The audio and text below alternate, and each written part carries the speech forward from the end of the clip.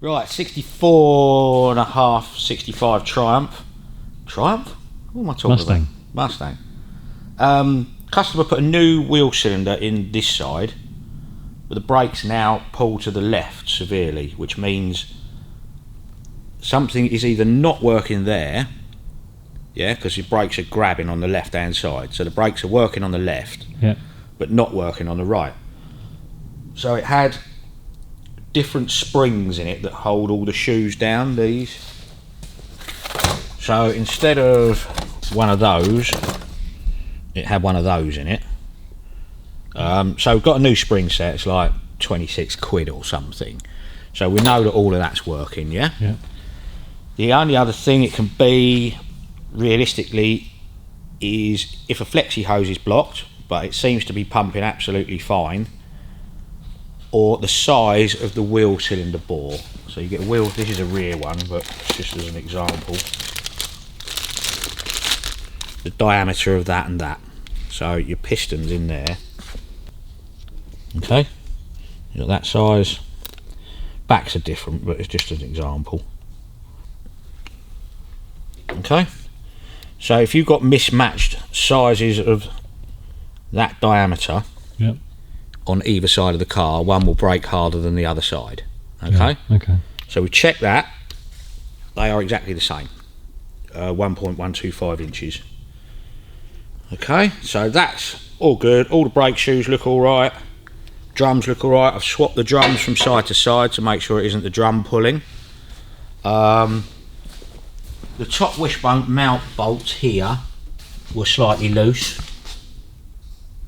so tighten those up, and you have a link bar underneath. Right, so you've got a link bar there that bolts to your lower wishbone, and you've got bushes here. These bushes have been changed, but those bolts on there were undone. Okay. So when you brake, it's going to yank the wheel backwards or forwards, because that's what keeps it moving from backwards or forwards. So I thought well, Robin spotted it, but I thought we'd found it, tightened it all up, and it still pulls to the left. So I then took apart that wheel cylinder and cleaned it all out properly. It's brand new, but cleaned it all to make sure there wasn't any dirt or anything in there stopping it all moving. Yeah. Adjusted the brakes. See, what you normally do, because they're drum brakes, if it's pulling to the left, yeah, you loosen off that drum and you tighten the right hand drum. Okay. So it should brake equally. Now, it doesn't. It doesn't matter how you adjust it, it still snatches the wheel out of your hand and goes to the left. So we're going to get another, even though they say they're the correct cylinders, blah de blah de blah de blah, as we know with reproduction parts and all sorts of stuff, because the only way it works, so that basically is your brake pipe inlet. Yep. That's your bleed nipple when you want to bleed it. Okay, so you've got a hole in there. Okay, so you've got a hole in there. That's where your brake pressure goes in. If that hole is a different size between that cylinder and that cylinder, Yeah. you're not going to get the same amount of braking pressure. Okay. Okay, so that's the last thing I can think of that could possibly do it. Okay. So they're not a massive amount of money. Bob the customer just wants it done, so I'll get one, we'll try it. I can take the two apart and check the hole size, but you're then down to bleeding all of the brakes again.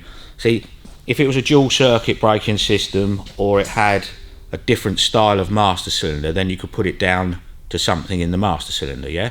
But this one, so you put your fluid in there, that's your servo, power brake servo. You've only got one pipe coming out at the end of it, so there's no other feed outs on it at all, yeah? So it just comes out on one pipe and goes to a four-way connector there. So two go to the back of the car, two go to the front. Yes, that system, a shorter brake line will run from there to this wheel, and a longer brake line will run from there to that wheel, which can cause a slight pressure variation, but not enough to make it pull like it's pulling. I mean, it literally just takes the wheel out of your hand. Okay. So doesn't matter how I adjust it up, which way. He's taken it to another garage, they couldn't do it. So realistically, the only bit that has been changed is that wheel cylinder. So it makes you think there's a variation between the two somewhere. So we're going to order up another wheel cylinder and give that a go. And if it isn't that, the only other thing you can do is change the flexi pipes, but we're having trouble getting them because they've got a long shank on the end of them. And if it isn't that, I really don't know. Okay. But I haven't been beaten yet. So it's something basic and simple. It's just finding that basic and simple thing, because it worked beforehand. He's changed that wheel cylinder, so in my mind there's got to be a discrepancy. I've changed the drums over, I've taken all the shoes off, I've re-greased everything, you know, with your copper slit, and it's just binding. It's not binding, it drives in a straight line perfectly. You can lock all four wheels up, but it will just pull to the left. Yeah. So you're getting more braking efficiency this side than that side. So when you think about it logically, the only thing that's been changed is that wheel cylinder.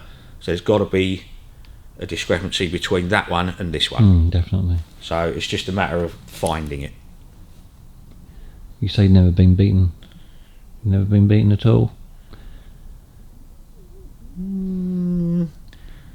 That flathead V8 of Gordon's didn't want to go. But that's about it, I think.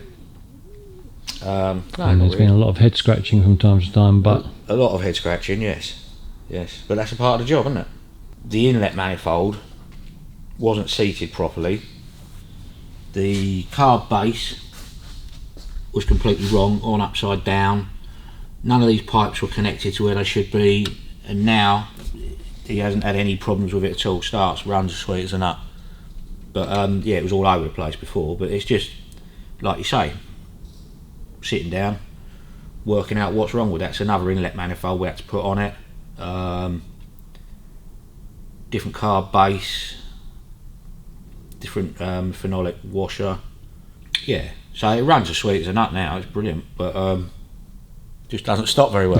Well, it stops all right if you want to go left everywhere. So you got it going. You just need to get it to stop now. Oh, we got it going ages ago, yeah. But as I say, the brakes were okay, but that wheel cylinder started weeping, so he changed it. So when you think about it, you can overthink all of these things, you know, but you've got to start from basics, like putting a new set of springs on it because you know they were wrong. Shoes look all right, drums look all right, swap the drums, still pulls to the left. Tighten up all the suspension both sides, still pulls to the left. There is an order and process, isn't there, really? Oh, definitely, yeah. You've got to go through it bit by bit. You can't just go at it gung-ho. So yeah, you just whittle it down to the last bit, and then if it doesn't do that, throw it all away and put a disc brake conversion on it. Yeah.